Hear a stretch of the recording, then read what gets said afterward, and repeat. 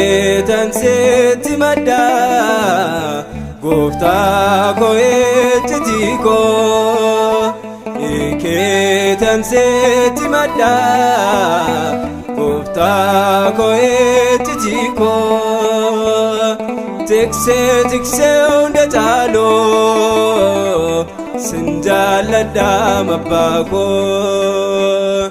Tiksee hunda caaloo sin jaalladhaa gooftaa koo.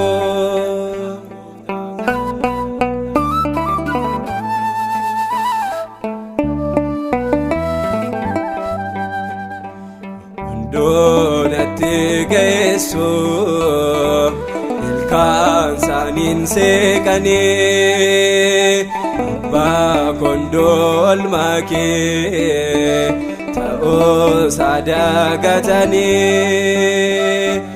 asaasanii wal waamu yommuutti na arganii harka koo sitti laadha waaqa koo nan gatini. Asaasanii wal waamu yommuutti na arganii harka koo sitti laadha waaqa koo nan gatini. Ikeetan seetti maddaa gooftaa koo ejjetii koo.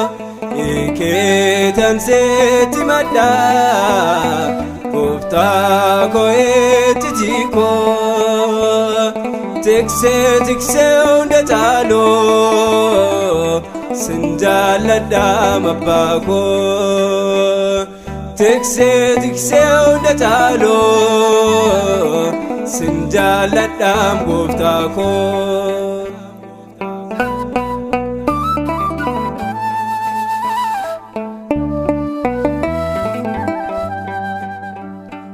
Akka namaa miti kan see waamen gatamu jaalala keen waammataa kennaan kee madaalamu.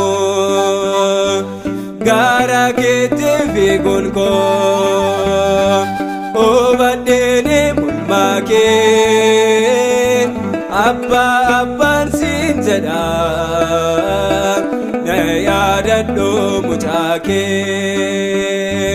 Gara keetti fiiguun koo hubadheeni mul'aa kee abbaan siin jedhaa na yaadadhu mucaa kee.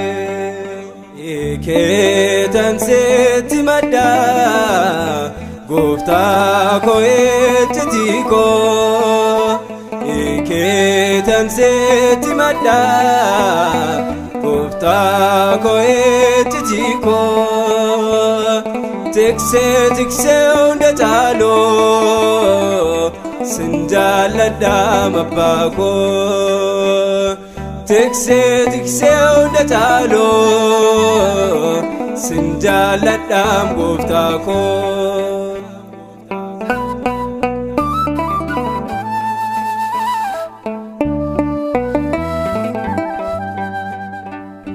Ejjeeti keessa kooti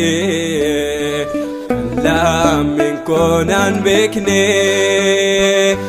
dhaala dhaabu kooti hanaa jechuun waamame.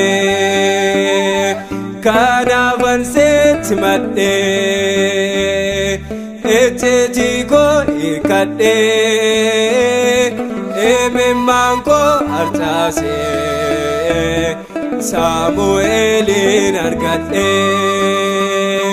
Kanaafan seetti madhee ejjetii koo hiikadhee imimmaan koo harcaasee Saamu'eelin argadhee. Ikeetan seetti maddaa gooftaa koo ejjetii koo. Ikeetan seetti maddaa ko'etti ko tikse hunda caalu sin jaalladha abbaa ko tikse hunda caalu sin jaalladha gooftaa ko tikse hunda caalu sin jaalladha mootii ko